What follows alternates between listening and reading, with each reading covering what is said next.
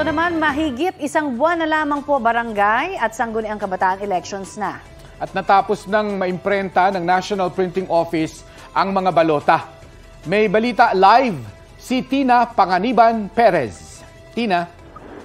Mark at Connie, turn over na nga ni NPO Director Renato Acosta ang Certificate of Completion kay COMELEC Chair George Garcia bilang patunay na nakumpleto na ang printing ng mahigit 92 million ballots at libo-libong election returns, certificates of canvass and proclamation, statement of votes by precinct at summary statement of votes. Ayon kay Garcia, natapos ang pag-iimprenta sa takdang panahon at kailanman daw ay hindi lumagpas sa deadline ang NPO. Ininspeksyon ni Garcia ang ginagawang pag-iempake ng mga balota at election paraphernalia sa NPO. Pinabuksan pa niya ang isang kahong para sa Tarlac City. Ipinakita ni Garcia na magkaiba ang kulay ng balota para sa barangay at SK elections. Dito sa NPO, manggagaling ang mga balota at election paraphernalia ng Tarlac City, pati ng mga lugar sa Cordillera Administrative Region, Regions 1, 2 at 3.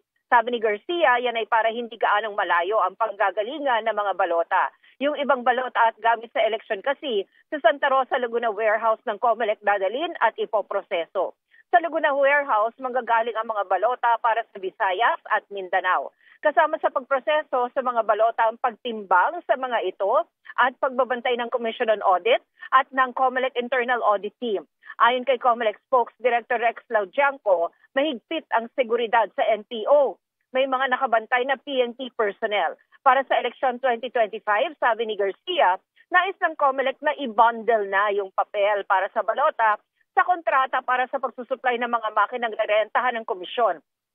Ibig sabihin niyan, Mark at Connie, ang mananalong bidder na ang magsusupply ng mga makina para sa automated elections sa 2025 at bahala na rin bumili ng papel para sa mga balota. Kailangan lang na sumunod ito sa requirements ng NPO. Ngayon kasi COMELEC ang bumibili o nag-i-import ng papel. Mula sa NPO, didiretso naman ang COMELEC sa warehouse nito sa Laguna. Mark, Connie? Tina, linawin lang natin. Manual, di ba? Yung automated ba? Itong barangay at SK election sa October 30? Tama, manual, Mark. Pero may ilang lugar sa bansa na magiging automated yung botohan at saka yung bilangan. Ito yung mga barangay na yan.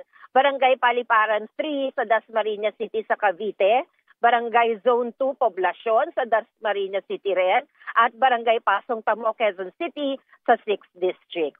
So yan tatlong lugar lang yung automated at lahat ng ibang lugar manual na, Mark. Bakit may tatlong automated? Anong special sa kanilang tatlo?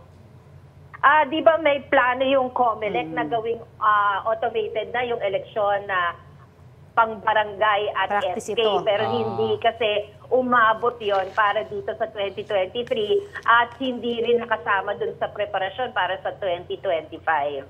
Okay. Testing. Thank you, ha? Testing, oo. Thank you, si Tina Panganiban Perez.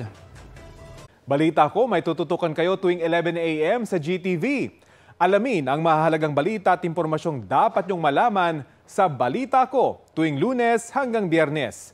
Mag-subscribe din sa GMA Integrated News sa YouTube. Sa mga kapuso abroad, maaari po kaming masubaybayan sa GMA Pinoy TV at www.gmanews.tv.